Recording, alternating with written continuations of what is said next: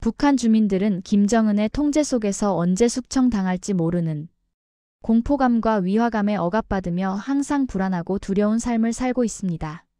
그런 김정은의 통제 속에서 억압과 불안감 때문에 탈북하신 분께서 사연을 보내주셨습니다. 그럼 사연 읽어드리겠습니다. 안녕하세요. 저는 북한에서 탈북한 탈북민 하은심이라고 합니다. 저는 한국에 들어와서 마사지 자격증을 취득하고 신설동에서 손님들의 마사지를 해주는 마사지사로 일을 하고 있습니다. 북한에서 저는 마사지하는 일을 했었어서 한국으로 들어온 뒤에도 비교적 쉽게 일을 구할 수 있었습니다. 사실 북한에서 넘어왔다고 하면 색안경을 끼고 보는 경우가 많은데 한국의 마사지샵에는 한국 사람만 있는 것이 아니라 태국 사람, 일본 사람 많은 인종들이 있었습니다. 그 중에서 저는 북한에서 넘어온 북한 사람이었어요. 한국으로 넘어올 때 탈북민이라는 타이틀 때문에 배척당할까봐 걱정도 많이 했었는데 생각했던 것과는 달리 오히려 저를 더 감싸주시고 탈북민이라고 무시하는 손님에게는 저를 보호해 주시기까지 하셨습니다. 제가 마사지사를 처음부터 하게 된 건 아니었습니다. 저는 사실 어린 시절 아버지가 안 계셔서 어머니와 둘이서 살았었습니다. 아버지께서는 제가 3살 때 돌아가셨다고 들었습니다. 어릴 때부터 아버지가 안 계셔서 어머니 홀로 저를 키우셨죠. 어머니 혼자 저를 키우시다 보니 저는 어릴 때부터 가난하게 자라왔었습니다. 저는 북한의 자강도 관계에서 어릴 때부터 살아왔는데 자강도 관계는 북한에서도 꽤 살기 힘든 지역에 속했습니다. 한국에서 이것쯤은 당연하게 할 수 있지 않은 것들도 북한에서는 절대 상상도 할 수 없는 것들이었죠. 제가 살았던 관계 지역은 군수공업 중심지로 소개되지만 실제 주민들의 생활은 많이 열악했었습니다. 관계 지역에서는 예전부터 무기나 탄약 공장 등 군수산업이 중심이라 국가에서 전략적으로 중요하게 여기던 지역이었어요. 하지만 말로만 중요하게 여겼지 공장 가동률은 30% 40%밖에 가동되지 않았습니다. 저희 어머니 또한 탄약 공장에서 일을 하셨었는데 공장이 멈추면서 월급도 거의 못 받으시고 그냥 월급에 대한 의미가 없어지고 말았습니다. 그럴 때마다 저는 집에서 항상 배고픔에 시달리며 살아왔었는데요. 먹을 것이 없어 비가 오는 날에는 빗물로 물을 받아 먹으며 허기를 달래기도 했었습니다. 직장을 잃은 어머니께서는 장마당에 나가서 개인 장사를 하며 돈을 버셨는데요. 그마저도 경쟁이 심해 장마당에서 오래 있지 못했습니다. 저는 배가 너무 고프면 바가지를 들고 가 옆집으로 가서 먹을 것을 좀만 나누어 달라고 말하며 구걸을 했었습니다. 옆집에는 할머니와 할아버지께서 살고 계셨는데 제가 구걸을 할 때마다 옥수수를 주시며 저를 챙겨주셨습니다. 그럴 때마다 저는 옥수수를 챙겨 어머니와 함께 나누어 먹었습니다. 제가 살던 지역은 계속 외화 유입이 거의 없고 밀수 루트도 막혀 있어서 평양이나 해상 같은 곳보다 훨씬 가난했었습니다. 이런 가난 때문에 제가 어릴 때부터 못 먹고 자라다 보니 키도 작고 살 집도 없어 항상 마른 체형이었는데 제가 얼굴은 동네에서 제일 곱상하다고 소문이 날 정도로 얼굴은 예쁜 편이었습니다. 얼마나 예뻤으면 어머니께서 제가 태어났을 때 얼굴이 너무 예뻐 연예인 할 정도라고 노래를 부르고 다니셨죠. 그리고 저는 나이가 다 차기도 전에 얼굴이 예뻐 남자 어른들이 예쁘다고 가끔 먹을 것을 주곤 하셨어요. 저는 배고픔도 가난도 정말 다 참을 수 있었어요. 하지만 제가 정말 견디기 힘든 것이 하나 있었는데요. 바로 겨울철 추위였습니다. 저희 지역은 겨울이 되면 매우 추웠는데요. 영하 20도까지 떨어질 정도로 날이 정말 추웠습니다. 또 저희 집은 오두막처럼 가난해서 전기가 하루에 몇 시간도 들어오지 않았고 난방도 들어오지 않았습니다. 난방용 석탄도 부족해 나무나 지프로 불을 떼곤 했었습니다. 집도 낡고 단열이 거의 안 돼서 겨울에는 실내에서도 입김이 나올 정도의 추위를 버텨야만 했었습니다. 그럴 때마다 저는 생각하곤 했었습니다. 하루라도 좋으니까 따뜻한 집에서 생활하고 싶다. 따뜻한 집에서 산다는 것은 어떤 느낌일까? 하루라도 배고프지 않다는 것은 어떤 기분일까 생각하곤 했었습니다. 그렇게 어머니와 춥고 힘든 겨울철을 보내고 있었는데 동네에서 흉흉한 소문이 돌기 시작했습니다. 이 가난하고 못 사는 지역에 누가 온다고 어린 여자애들이 갑자기 사라지기 시작한 것이었습니다. 들려오는 소문에 의하면 제 집에서 가까운 동네 사람의 딸이 어느 날 감쪽같이 사라졌다는 소식을 듣게 되었습니다. 남자아이들은 한 명도 데려가지 않았지만 이상하게 여자아이들만 데려가는 것이었습니다. 이런 소문을 들은 저는 괜히 무서워지기 시작했습니다. 어머니는 일 때문에 밤 늦게 들어오시는데 어머니가 안 계실 때 안 좋은 일이 일어나지는 않을까 생각이 들었기 때문이었습니다. 그리고 저는 제가 이런 일을 당할 거라고는 꿈에도 생각하지 못했고 저의 지옥은 그렇게 시작되었습니다. 제가 군 고위 간부들에게 잡혀가던 날 제 옆집의 할머니께서 돌아가시고 마셨습니다. 동네에서 친절하고 베풀기로 소문이 난 분이셔서 마을 동네 분들도 무척이나 슬퍼하셨죠.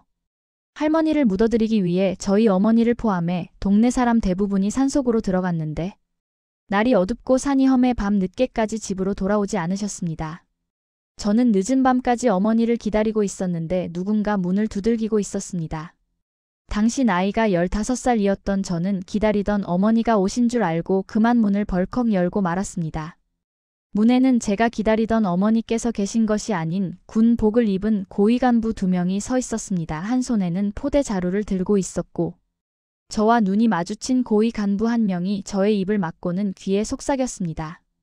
소리치면 죽는다우. 저는 두려움에 몸에서 힘이 빠지고 말았고 저의 눈을 붕대로 가리고는 막무가내로 저를 포대로 넣었습니다. 거기까지가 저의 마지막 기억이었어요. 포대에 저를 넣을 때 저는 바닥에 머리를 박아 그대로 기절하고 말았어요. 잡혀온 뒤 눈을 떠보니 저는 속옷만 입은 채 옷이 벗겨져 있었고 저를 잡아온 고위 간부들과 모르는 여성분이 서 있었습니다. 저는 두려움에 떨며 살려달라고 빌었고 여성분은 저에게 말했습니다. 이제 이곳에 맞는 수업을 할 거니 말 잘 들으라우. 저는 알겠다고 연신 말했습니다. 그리고 여자의 말대로 저는 시간마다 새로운 것을 배우기 시작했습니다. 남성의 몸에서 머리부터 발끝까지 성감대를 찾는 법, 발과 손을 주무르는 법, 그 중에서도 목과 사타구니를 주무르는 법을 배웠습니다. 저는 이것을 왜 하는 건지 영문을 몰랐습니다. 하지만 저는 저와 이곳에 있는 다른 여자 동무들의 공통점을 알아볼 수가 있었어요. 모두 영문을 모른 채 잡혀왔다는 것이었습니다. 서로 어쩌다 여기에 오게 되었는지 아무도 몰랐고 단지 끌려왔다 잡혀왔다 이런 소리만 듣게 되었습니다. 저는 그때 동네에서 들려오는 소문이 정답을 알 수 있었습니다. 저는 고위 간부들에 의해 잡혀온 것이었습니다. 이제 저의 인생이 어떻게 될 것인지 모를 불안감과 두려움에 눈물을 흘리고 말았고 고위 간부는 그런 저를 보며 말했습니다. 이제부터 절대 눈물을 흘리면 안 된다. 눈물을 흘리는 즉시 형벌에 처하게 될 것이라고 하면서 저를 어디론가 데려갔습니다. 그곳에는 북한 권력을 한 손에 쥐고 있는 김정은이 있었고 저는 이곳에서 무슨 일이 일어날지 아무것도 알지 못했습니다. 방문이 닫히고 김정은은 저에게 나이와 몸무게를 묻고는 의미심장한 웃음을 지었습니다. 그는 저에게 본인의 앞으로 와서 이상한 질문들을 했습니다. 남자의 그곳을 만져본 적이 있는지, 남자의 성감대가 어딘지 아는지. 저는 그런 질문들이 너무 무섭고 곧바로 저에게 무슨 짓을 할 것처럼 강하게 질문을 하기 시작했습니다. 그리고 저에게 본인의 귀와 사타구니를 마사지하게 명령했고 저는 훈련받은 그대로 마사지를 하기 시작했습니다. 조심스럽게 그의 신경을 건들지 않고 최선을 다했고 그는 저의 마사지가 만족스러웠는지 웃음을 지으며 저의 어깨를 한 손으로 주물렀습니다. 저는 그렇게 저의 첫 임무를 마치고 계속 훈련에 들어갔습니다. 이번에는 더 정밀하게 몸을 마사지해 푸는 법을 배웠고 전문 마사지사처럼 수업을 받았습니다. 저는 그렇게 김정은의 전용 마사지사가 되었고 시간이 흐른 뒤 김정은은 저를 또 부르기 시작했습니다. 이제 김정은의 어디를 주무르면 되는지 어떤 부위를 좋아하는지 다 알게 되었고 방으로 들어가면 어떤 것을 해야 하는지 바로 알 수 있었습니다. 하지만 그날따라 무언가 달랐습니다. 저번과는 다른 공기와 느낌이라고 해야 할까요? 김정은은 그날 저에게 마사지를 원하는 것이 아닌 다른 것을 요구하는 것처럼 느껴졌습니다. 김정은은 저에게 마치 이번엔 본인의 다른 것을 마사지해달라는 요구를 했습니다. 저는 그것을 본 뒤 너무 깜짝 놀랐지만 이대로 거절하면 저는 형벌에 처할 것이고 처벌당할 게 뻔해 부드럽게 그곳을 마사지했습니다. 그리고 절정에 다다른 그는 만족스러운 듯 불을 끄라고 명령했고 저는 하고 싶지 않은 것들을 감당해야만 했었습니다. 여자로서의 수치심과 모욕적인 일들을 눈뜨고 당해야만 했었습니다. 어린 나이에 이런 힘든 일들을 해야만 하는 것이 너무 힘들었고 이런 일을 당하고 나니 집에 계신 어머니가 너무 보고 싶었습니다. 저는 몇 달 동안 김정은의 전용 마사지사로 일하면서 김정은의 만족을 채워주는 김정은의 꼭두각시처럼 지내야만 했었습니다. 김정은의 방에 들어갈 때마다 때론 하고 싶지 않은 것도 감당해야 했기에 저의 몸은 많이 안 좋아지고 시간이 지나다 보니 나이도 점차 차기 시작했습니다. 기쁨조에서는 20 중반이 넘어가도 여자 취급을 받을 수 없어 기쁨조에서 내쫓기곤 하는데 저도 어느덧 20대 중반이 되어 기쁨조에서 쫓겨나고 말았습니다. 이제껏 무엇을 위해 살아왔는지 왜 내가 이런 일을 당해야만 하는지 정말 혼란스러웠고 이제 내가 할 수 있는 것은 무엇인지 아무것도 생각나지 않았습니다. 저는 이때 한국으로 탈북을 하자고 결심했던 것 같았습니다. 기쁨조 생활을 하면서 고위 간부들이 한국에 대한 이야기를 하는 것을 들었는데 한국은 북한과는 전혀 다르다고 본인들도 한국으로 넘어가고 싶다고 했었습니다. 저는 그렇게 한국으로 넘어오게 되었고 지금의 마사지샵에서 전문 마사지사로 일을 하는 중입니다. 한국은 정말 따뜻한 나라인 것 같습니다. 홀로 남겨진 한 명의 사람을 그냥 내버려 두거나 혼자 두지 않고 따뜻한 말과 손길을 주어 한 사람의 삶까지 힘내서 살아갈 수 있게 만들어주는 곳이 한국이라는 나라인 것 같습니다. 저 역시 북한에서 살 때보다 비교도 할 수 없을 만큼 행복하고 즐겁게 생활하고 있습니다.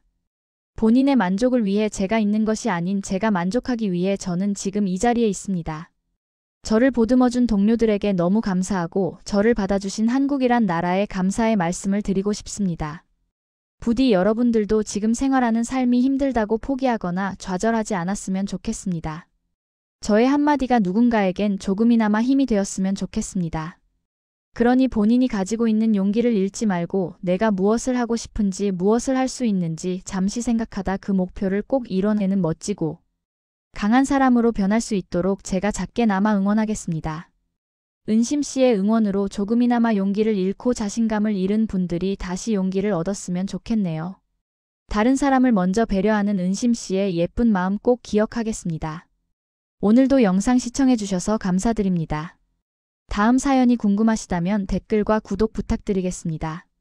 그럼 다음 사연으로 뵙도록 하겠습니다.